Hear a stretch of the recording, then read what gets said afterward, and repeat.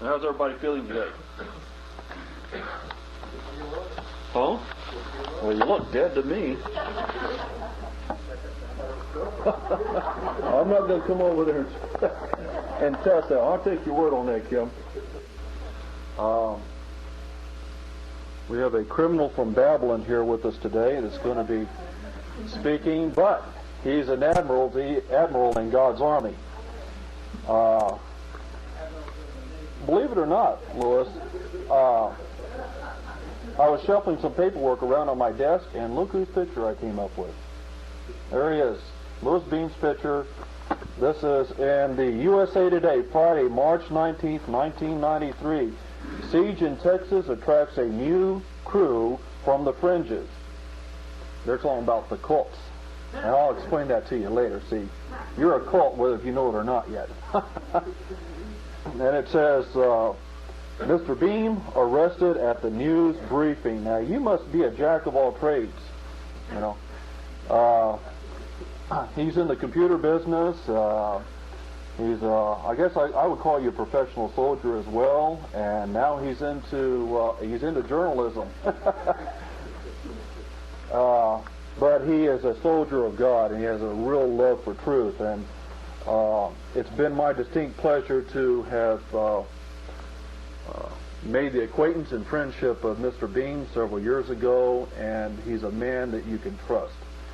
And he's a man that is committed. And I tell you, I have a lot of respect for people who are committed, because there's so many people vacillating today, up and down, and they're waiting for somebody else to get the ball rolling or do something, you know. And I run into people like that all the time, that you just, they don't have a firm grasp of their faith and what their duty and their calling is. And listen, folks, I don't know how you can be deceived today and not see what's happening to our race and our nation and our culture. We are being destroyed literally by our own apathy. And we're blaming it on the enemy all the time out there. But it's time that we wake up. And this is a man that is certainly awake to what's happening today. So let's welcome Mr. Louis Beam.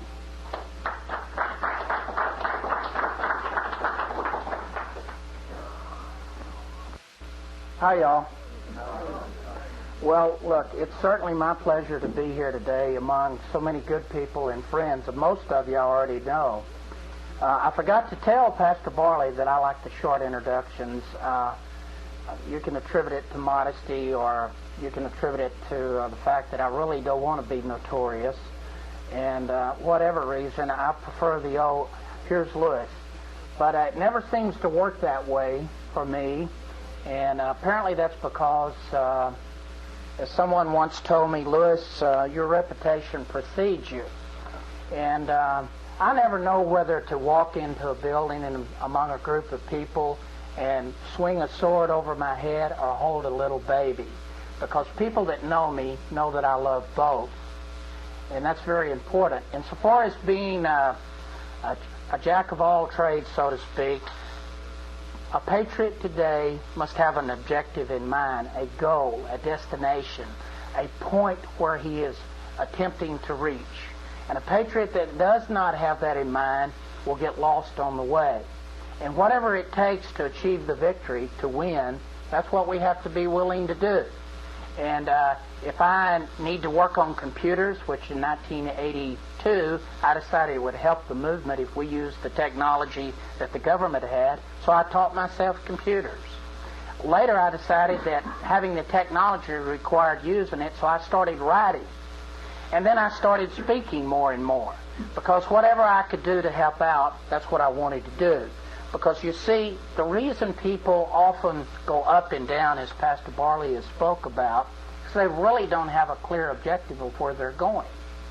Now, if you're climbing a mountain, if there is a mountain in the distance, and you're walking across the valley headed for the top of that mountain where you intend to spend the night, you know that you can't stop and rest before you get to the top of the mountain. So there is no room for this vacillating up and down.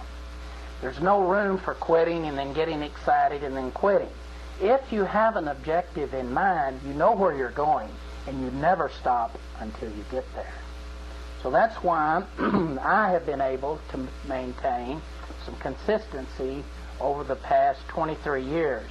This is my 23rd year in what I would call patriotic politics. And the FBI now calls it terrorism. But, they have their vocabulary, we have ours. And our Father will rule who is right and who is wrong. And I rest confident in whom I believe. Amen. Well, so we must have firm objectives of where we're going and what we're going to do. And with that in mind, when the Waco situation developed down in Texas, and I saw what was transpiring, I had been living quietly, raising black-eyed peas and blonde-headed children, bothering no one. But when I saw the government killing people, attacking the church, and these people, as far as I know, we had very little in common, except the fact that they were experiencing government terrorism, which is the specialty of the federal government now. They have trained and equipped special terrorist units which are to be used against the people. Now, they call those units the FBI or the ATF or the Federal Marshal Service, but what they are is trained, dedicated, committed, brainwashed terrorist units which are to be used against you. And people like you. And people not so like you, but people that have somehow acquired the disfavor of the federal government. Now, the people in Waco just wanted to be left alone. There's a lot of similarities between David Koresh and Randy Weaver. Similarities in situation and in outlook. The people there just wanted to be left alone. They didn't want to have anything to do with the system. The government doesn't like people like that, and they don't care if you're a screaming liberal or a right-wing neo-Nazi conservative. When you attempt to drop out of the system and have little to do with their rules and regulations, you become their enemy. Because remember, their objective is to control everybody. They want to dictate to you not only what deodorant you use, but they want to dictate where your kids go to school, what they learn, what you do, what your whole life revolves around, who you associate with, and who you do not associate with. So, people dropping out of the system, as David Koresh and his people did, wanting to live alone, brought the ATF on them. And when I saw the government murdering those people, I got up and I said, I got to do something about this. I'm listening to these press conferences every day, and they got 140 to 50 reporters there every day, and they're asking such stupid, asinine, ridiculous, unimportant questions of the FBI that I can no longer stand it. As the days go by, I'm getting more frustrated, and I'm saying, when are some of these reporters, so-called, going to ask something that means something like, how many children did you kill in the initial assault? What was the caliber of the weapons that fired from the U.S. military helicopters through the roof, killing Jeanette in her bed as she lay with a nursing baby in her arms? Baby didn't die, at least not that day. But they killed the mother as she was asleep in the bed on the top floor. Nothing was asked about that. So I determined that I'm going to have to go down there. So I have written from time to time, and have worked for Paul Hall and the Jubilee, and which is a very good publication. If you hadn't seen it, I'll drop some by the church here, and you feel free to pick a few up, one apiece. I decided to go down there as a reporter. So I went through all the rigmarole. I had a press card, and I had identification, and they checked me, and everybody got to go in. They only asked 10 questions a day. And the first time I went to the news conference, I didn't get a chance to ask the question, and nothing happened. And I went back to the next press conference, and all the way there I'm saying, I've got to ask the question, Yahweh, Father, somehow, they're only pointing at 10 reporters per conference. There's 125 people. And everybody's got their hand up. And I'm knowing that if I'm going to get a chance to ask something that means something, my Heavenly Father has to make the decision that that FBI agent up there, who probably has looked at my wanted poster, who studied my life history, who knows everything about me except some personal things that perhaps my wife knows that he doesn't, but he knows everything else, I know that if I'm going to get called on, my Heavenly Father has got to intervene in this situation and tell that FBI to point at me so I can ask my question. There's only going to be 10 asked per conference. Secondly, all the way to the news conference, I'm driving from my home, which is a couple of hundred miles away, almost 200, to Waco, and I don't know what I'm going to ask.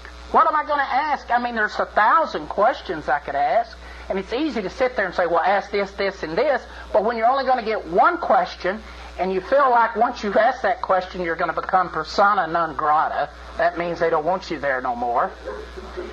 When you feel like you're only going to get one shot at them, you really want to ask an important question.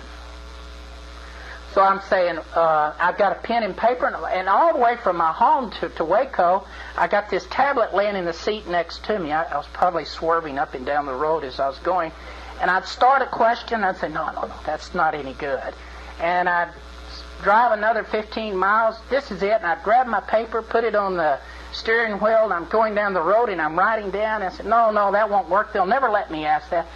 And in 200 miles, I could never decide on the question. I couldn't come up with the right question. I could never firmly decide which one of the 1,000 questions that I had that were important to you, to your future, to your security, to your children, which question to ask. Because you see, my objective was to get in there and expose them for murder and high crimes against the American people. So it was an important question that I had to ask. Well, ended up pulling up in front of the news, where the news conference was, there at the Waco Convention Center, and I didn't have a question on my paper. None. But I took consolation in the fact that there's a promise that take no heed of what you'll say, and this is a rough translation. I'm not a preacher, I'm just a speaker. But have no fear or thought of what you're going to say when you're brought before your enemies, or Nero. Today's Nero is the federal government, or Caesar. And so I equate the two. And I said, well, then I'll just be given the question. If I get called on, the question will come into my mind. I had faith that would happen. So I go in there, I sit down in the news conference, and they start asking questions. And one of the questions by this reporter from New York or New Jersey, one of those foreign nations, she says they had taken some milk in the day before. She holds her hand, and this is about question number 4, and the rest were just as ridiculous. What kind of car, says she, did the FBI use to take the milk to the children? And I am literally squirming in my seat. I'm dying here. I mean, she wants to know about a car, and we got women and children and innocent men up there being shot and killed and murdered in their beds. And she wants to know if it was a van or a car or a truck. There's only going to be 10, so it goes on and on. We get to this, finally, on the 7th question. FBI agent Bob Ricks, chief terrorist for that central part of the United States, southwest, for the FBI. The chief terrorist for the FBI on question number 7 points at me. And the question popped into my mind. I knew without a doubt what I was supposed to ask. Now, do you believe in God? Do you believe in a Heavenly Father? Do you think He really exists, or do we imagine all of this? Well, I staked everything on Him helping me get called on and asking the right question. And after you hear the question, maybe you'll agree that it was the right question. I believe, and I believe He answers prayers. He's answered them in my life. And the words came flowing into my mind like a torrent. I said, this question is for Dan Conroy with the ATF. And Bob Ricks steps aside, and Dan Conroy, who's not said a single word, the entire news conference, we're almost through, he comes up to the podium, does like this. And I said to him, I said, "Sir, many of the people who viewed the video of the original ATF assault on February the 28th see the tactics used as similar to those used in Nazi Germany and in the Soviet Union by the KGB. Are we witnessing the emergence of a police state here in the United States?" And he froze. His color drained from his body. His ashen face turned white. And he kind of brought his hands down in front of him like he was protecting himself, more or less. And he looked down for a moment, and there was deathly silence. I mean, you could have heard a pin drop. And his answer was, "I refuse to answer that." That was the answer. Well, actually, he lied.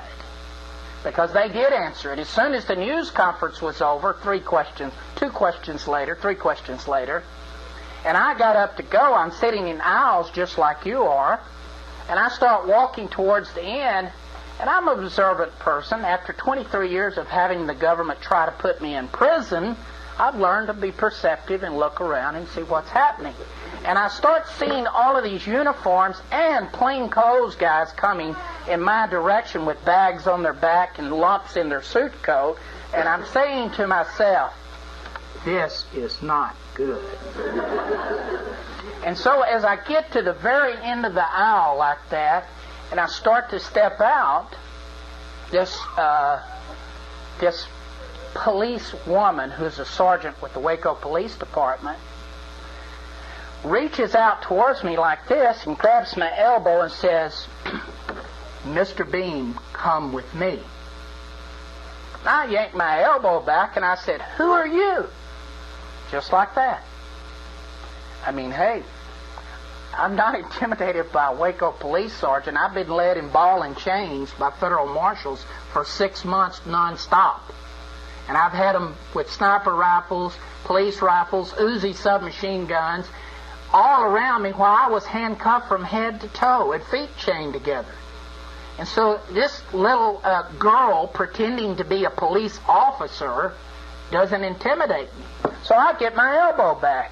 And I asked her who she was, and she says, "I am an officer, and that doesn't suit me." "An officer of what?"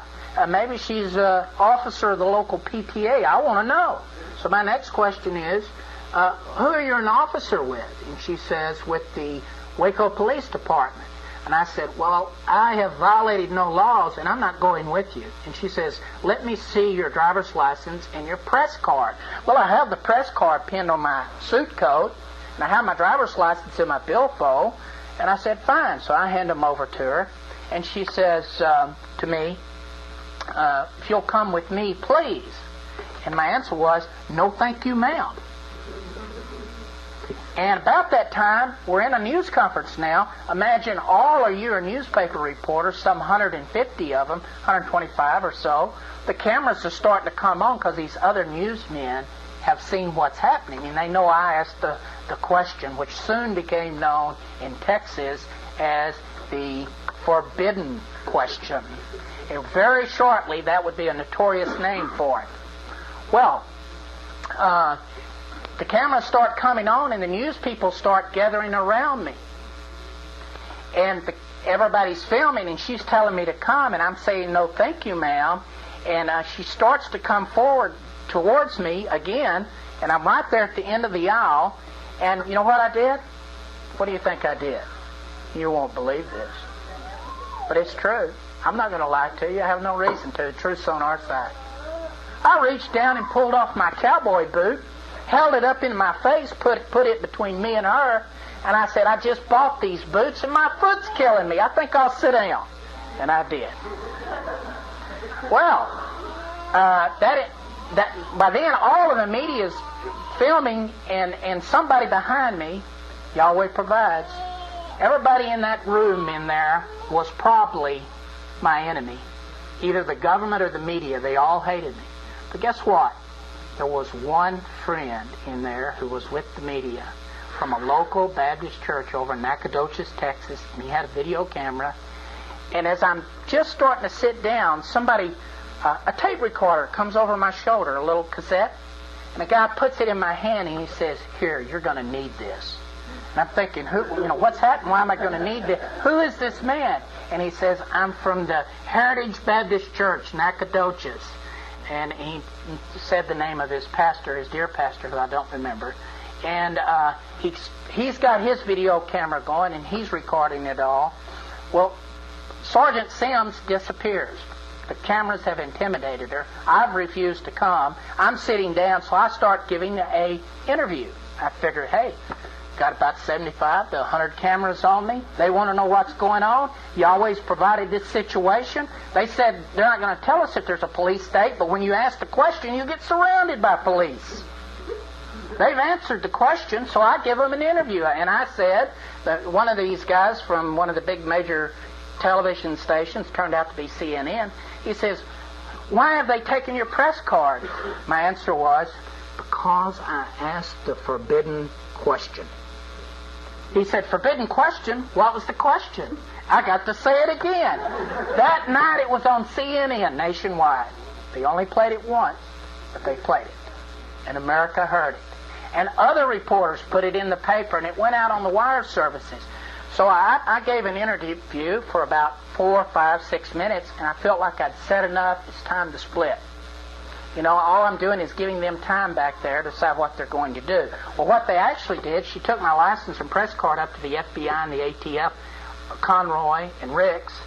And, by the way, Conroy is the associate director for the ATF, number 2 man out of Washington. Well, they're back there running my name through the NCIC computer at the FBI headquarters, crime center there. Of course, there's no warrants out on me. I try to keep them up to date. And I decide to leave. And I get up and start to leave, and I start hitting from the front door. And I have got the media in tow. No less than 100 people are following me to the door of the Waco Convention Center. And they're asking questions, and then one of them starts saying to me, "Lewis, weren't you in the Klan several years ago?" And I said, "I think I saw you at a Klan meeting." And I refuse to be distracted from the issue. The issue is murder, government terrorism, and the police state. And that's what I'm going to talk about. It's all I'm going to talk about. So, as a friend of mine who I didn't know was there were patriots outside demonstrating in front of the convention center, saying ATF murders and that sort of thing. As a friend of mine described my exit, which he told me about on the phone later, he said, we were standing out there, about 50 of us, quietly talking and holding our posters, and suddenly we hear a loud commotion at the front door of the convention center. All of the doors, and there were 12 of them all the way across the front, swing open at once. And in the center of this hubbub is Louis Beam giving an interview. And I'm saying the same thing over and over, which appeared in the paper last night. Now, don't miss the point here. It's not what Louis Beam did. It's the questions that I asked. And I'm saying to the news media, as those doors swing open and they're being recorded, you people should ask important questions. You're betraying the trust of the American people by asking stupid, irrelevant questions that don't have any meaning whatsoever to the government terrorism that's going here. I urge you to put some pressure on the government, get to the bottom of this, and find out what's going. Well, believe it or not, all of that got in the local papers. Some of it went out on the wire service, and it was carried. And I feel like that was a very successful operation. Now, who do we think, Louis Beam or Yahweh? You got it. Hey, a willing servant, nothing more. Any one of you, when selected by the Father to perform a mission, whatever that mission may be, from building a house to working on a computer to asking a question, if you feel inspired and directed by your Father, you will be just as successful. You can do it too. All of us can. I was nothing more but someone willing to do what he would have me to do if I got the opportunity, and it depended on him to provide that opportunity. By now, most of you have probably heard about what went on in Waco, and I could go on and on because there's much to talk about. But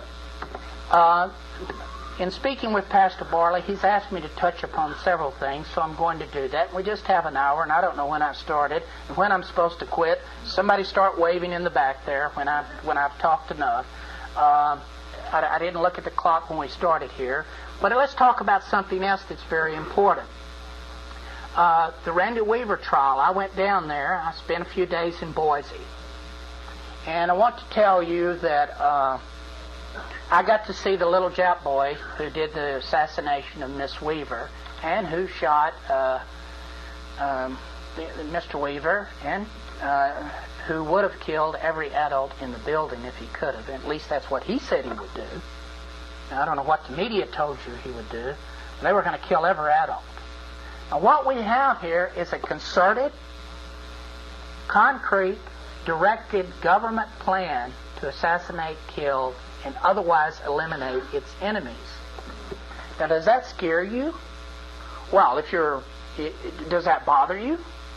If you're a right-thinking, normal human being, knowing that the most powerful government on the earth considers anybody that doesn't worship their God and their Baal and their system is an enemy worthy of death, it better scare you, it better concern you, it better bother you, or you're not normal. Don't let it make you afraid. If you've got one life to live, you got one time to do your part here on earth, and you're just a grain of sand in the long chain of events.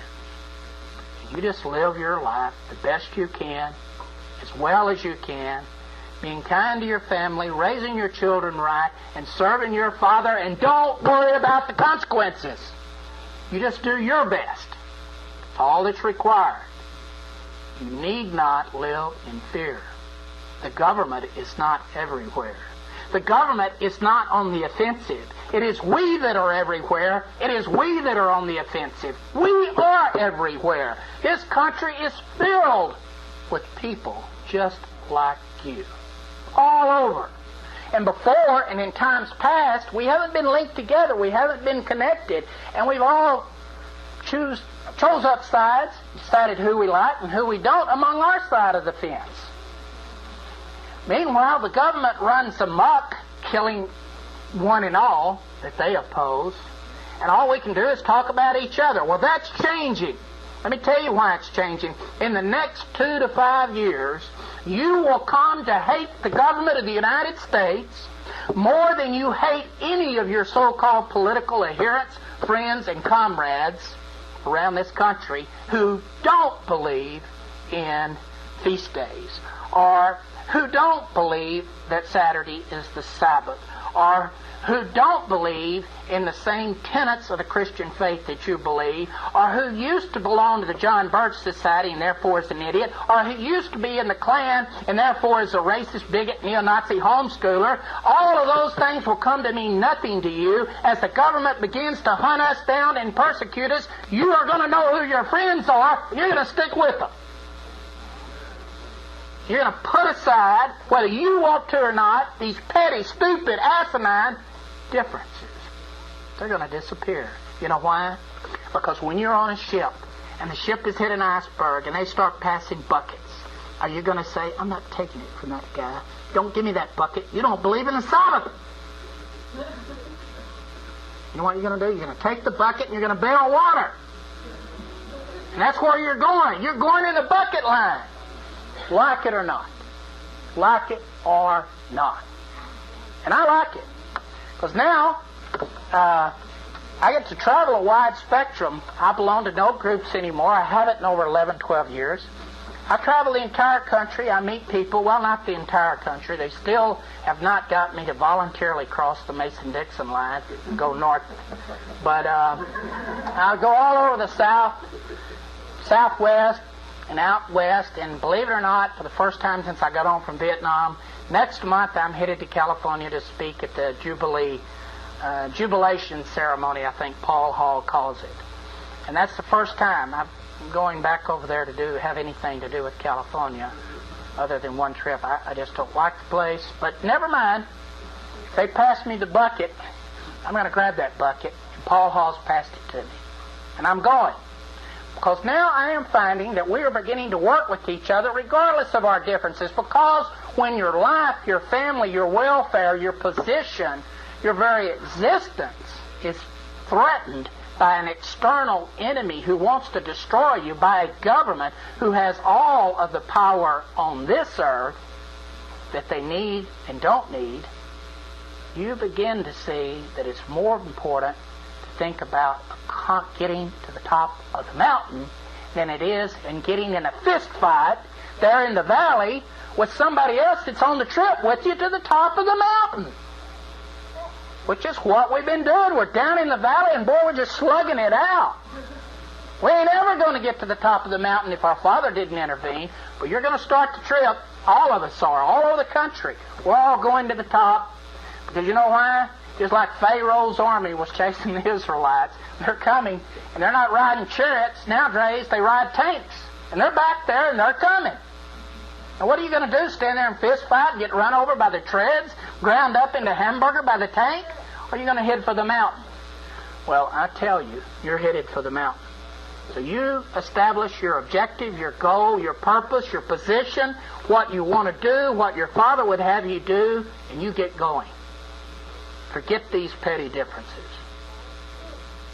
There are a lot of similarities between Waco and the Weavers. Both of them boil down to government terrorism. The United States government is erecting a police state. They are putting up a police state in this country. And you will obey or you will be punished. That's what they believe. And I say that our Father has other plans. There will be a remnant, and you may consider yourself part of that remnant, and I certainly hope that you are, all of you except whoever the federal agent is. And why did I say that? Well, the government promised that there will never be a meeting again in this country where two or more people are gathered together in the right wing where they do not have one person present. The Attorney General of the United States said that in 1988. That's what they promised. So, to all of you who are real and not betraying, except for the one who is betraying his race and his heritage, his culture, his people, and his children, to all of you, I say, welcome to the mountain climbing team. We're going, and you're going too. There are so many things going to happen. I want to point out to you that by 95, there I did it again. I said that to Pastor Barley. I said, what? He said 85. 1985. I said, where'd the last 10 years go? Hey, life goes by fast when you're having fun. Or even when you're not having so much fun. But by 1995, the situation should really be winding up for the government. They're going to be in great hot water, and new opportunities for men will be developing. And for women, and for our families. This country is headed towards financial and economic collapse. And if you haven't read the book yet, called Bankruptcy 1995, go out and get it or go to your library. It's in there. And it will pretty well convince you that you've got a year and a half to get your life in order, to get yourself set up, to get established, to have your whatever you want to need for an economic situation that's going to be worse than the Great Depression. And it'll start in other parts of the country long before it starts here. Because what y'all have in the northwest United States is a lot of people coming in with money, buying houses, driving up the price of land. But whatever you say bad about them, they are bringing money. That money spends and it puts people to work. You'll have a little bit longer, but generally speaking, a year and a half is what you better plan on to get ready. There is going to be a terrible, terrible collapse in this country as we go bankrupt in the year 1985. 95. And that book, by the way, is Bankruptcy 1995, and if you don't have it, go read it. Read it. Because you need to be urged to get ready. need to be urged to get ready. Here in the Northwest, you have some great things and opportunities. There's a lot of people here. All of you have skills. All of you have to make a living. All of you really kind of have a common base of beliefs and ideas. There may be some differences, but generally speaking, you're all on the trip together. And what you need to start doing is working together, helping each other. There's no reason in the world for y'all not to get together at least once a month and have an economic meeting. Now, I'm not talking about becoming a Mormon for the anti-Mormon faction. And I'm not talking about becoming a Mennonite. I am talking about economic survival. Once a month you get together, find out what your skills are, how you can help each other, and you work together. Let me tell you something. The pioneers did that, and you're going to be a pioneer whether you want to or not. You get to be one in your lifetime. Isn't it wonderful? Just like your great-great-great-great-grandfathers. Same situation here, because you're going back to the land, and you're going to have to survive off the land. You better be preparing to do that. Getting ready for it. I want to say to each and every one of you, it is a great pleasure and an honor to be up here among so many people. I am trying to move up to this area, to the Northwest, to North Idaho, for the simple reason that I have found, based on 23 years experience, that there are more patriots per square mile in North Idaho and western Montana than any other place in the United States. You need to start electing sheriffs, councilmen. Now, this councilman that Pastor Barley mentioned here in town, if you haven't gone by there, the one who's sympathetic or the one who's honest, we'll just say honest. He's not sympathetic, he's honest. That's all we'll call it. If you haven't gone by and visited the commissioner or councilman who is honest yet and gave him verbally your support, you are amiss. You are failing. You know why? Because every day his enemies are going by and saying, look, you right-wing neo-Nazi fanatic, get out of town. And if he's not hearing from you, and I know from experience what I'm telling you, anyone that's out front who's leading, who puts his head just a little bit above the general masses of people, becomes a target. He's hearing from his enemies daily. Where are his friends? Oh, I support him. Well, go tell him you support him. Ask him what you can do to assist him. Is there anything? Probably he'll just say, coming by and telling him that he's appreciated is enough. You go by. There's no excuse for not saying. And if you live in Montana, you go see him and say, I heard about the wonderful work that you've been doing over here in Sandpoint and standing up for honesty and integrity in office. And I just want you to know that if I had my brothers, I'd live here in this county just because you're in office. Go by and tell him that. Make the man proud to be truthful, because the whole world is lined up against corruption and evil and treachery and betrayal. So stand with the people who stand for your beliefs. Don't leave them out there alone. And as I close, one last thing I want to tell you. As a result of that question at another news conference that I went back to, they moved the whole news conference out of that part of the Waco Convention Center, and they put it in the back where they load freight in and out, because there's only one big door. And they put these sawhorses and barricades up, and the entrance became no wider than this. We went from 12 doors to a width about that. And there's a long sidewalk that leads up to the Waco Convention Center freight delivery area. And as I start walking up, I notice it's just 5 minutes before the conference. And as I start walking up, I notice all of these people starting in uniforms going to the barricade. And I say to myself, this is not good. I straighten my tie, make sure my press card is on, and I get up there to the barricade, and this Melissa Sims woman masquerading as a police officer says, Mr. Bean, in her deepest voice, bless her heart, she says, Mr. Bean, you cannot come in here. And I say to her, I'm sorry, but you're mistaken. I'm here to attend the news conference, and I am with the press. And she says, I wiggle my badge like that, and she says, Mr. Beam, I'm asking you to leave now. And I say to her, either violate my civil rights or stand aside because I'm coming through this barricade. And I take a step. Blap, blap, blap, handcuffs, and before you know it, I am pinned like a hog. That's not kosher, but that's what you feel like. If you haven't experienced it, that's the way it is. And they start to take me out the front, but all the media is starting to see what's happening. The cameras are starting to come on again. She says, take him to the back door, and so to the back room. And so they start leading me away, and all of a sudden, this guy out among all of these hundreds of newspaper media, they can see me. One of them hollers out real loud, "What are they arresting you for?"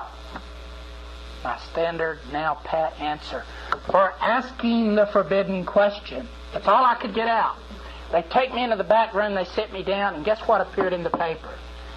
When Beam was asked what he was arrested for, he said, "For asking the forbidden question." That's all the words I got out. Now they had to print the forbidden question again. And there's the question underneath it. The question was right in the newspaper. Praise Yahweh. Hallelujah. And they take me off to jail. They charge me with criminal trespass. I was supposed to have been in court 2 weeks ago. They've already put me off twice, so I called in sick, told them I wouldn't be there this time.